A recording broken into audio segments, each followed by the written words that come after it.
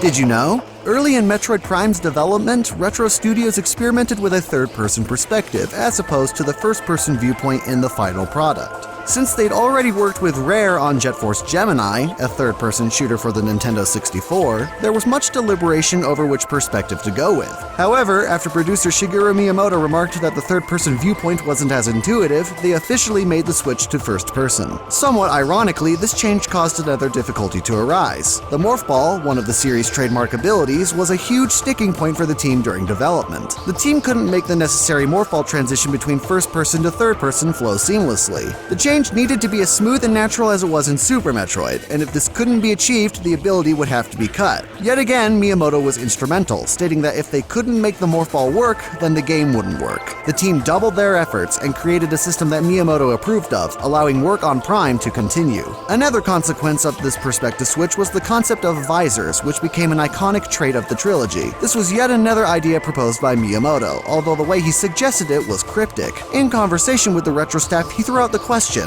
what would it be like if Samus had a bug's head, much to their confusion? This can be detailed from a conversation between senior producer Brian Walker and senior designer Mike Wicken, stating, "At the time, I remember going back to our office and saying, switching heads, what does that have to do with Metroid? He wasn't asking if she had the head of a fly, he was talking about the mechanic of altered perception as a whole." And so the visor system came to be, allowing Samus to use different visors as a puzzle-solving element throughout her travels. One of the visors that Nintendo viewed as a critical addition to the game was the Scan visor, although this particular concept was delivered to the team late in development. To make sure it was complete on time, Retro set one artist and one programmer to the task. However, the Retro staff found it boring at the time, with President and CEO Mike Kelbaugh stating years later, "In the US, even now, people hate scanning, but it's popular in Japan, so we tried to make it more collectible and more informative in terms of describing how to beat enemies, etc. as we went along."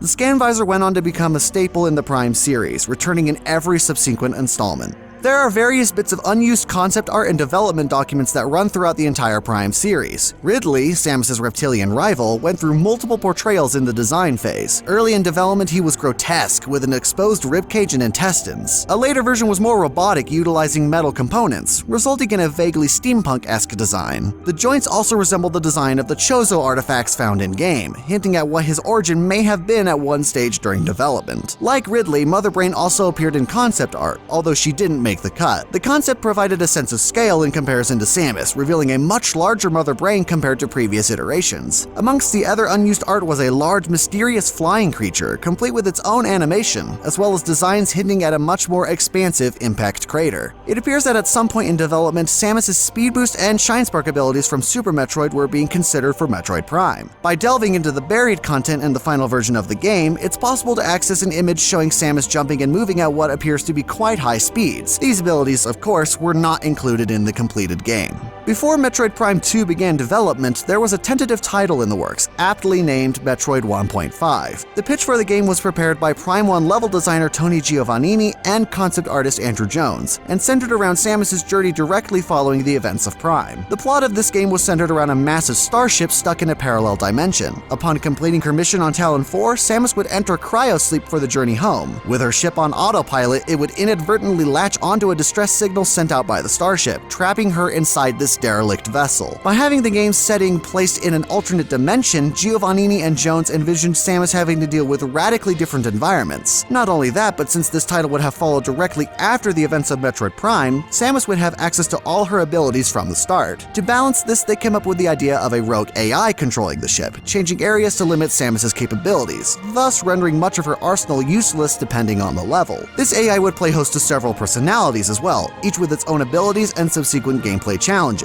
Their names were the Killer, the Child, the Mother, and the Martyr, with each appearing at different intervals in the game. Their ultimate goal was to crash the ship into a nearby peaceful planet, and it would be up to Samus to bring down this rogue AI. Multiplayer was also a topic of discussion for this title, and was something we would see in the final version of Prime 2, although the ideas they came up with were different from the classic deathmatch featured in that game. One such mode would pit 3 against 1, with the lone player controlling the Omega Pirate, a boss from Prime 1. Several Metroid games games have been in development for handhelds throughout the years that haven't made it for one reason or another. One such canceled title was Metroid Dread. First reported to be in development in June 2005 by Game Informer, IGN soon followed suit and confirmed the title's existence in September 2005. With no appearance at E3 2005, speculation arose that it would be shown in 2006. Again, it was a no-show. And with no appearances throughout 2007 as well, there were rumors that the title had been cancelled. However, in 2007's Metroid Prime 3, one of the scannable codecs found within the game makes a tongue-in-cheek reference to the project, reading, "Experiment Status Report Update. Metroid Project Dread is nearing the final stages of completion." This reignited speculation that the title was in development, though nothing ever came from it. In 2010, after the release of Metroid Other M, producer Yoshio Sakamoto was asked whether or not the project even existed. He refused to deny knowledge of the project, but said there were no plans to release it anytime soon. In the same year, IGN's Craig Harris claimed that he had seen the game while in development, that it was fully written, and that Nintendo could bring it back whenever they wanted. While Metroid Dread is perhaps the more famous cancelled project, at one point there was also the 3DS Metroid in the works at Next Level Games. While only rumored for some time, concept art was leaked in 2014 showing Samus in a slimmer, more angular design. The game was said to play at a greater speed compared to previous 2D installments such as Super Metroid and Metroid Fusion, and would have utilized the 3DS's capabilities by being a 2.5D title. The team at Next Level had a working prototype ready to show Nintendo, but were instead offered to work on what would become Luigi's Mansion Dark Moon instead. This Metroid title was cancelled as a result.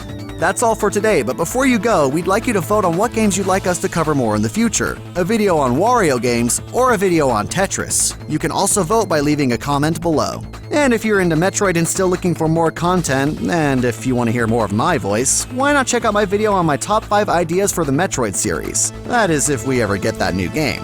Come on, Nintendo. We want it.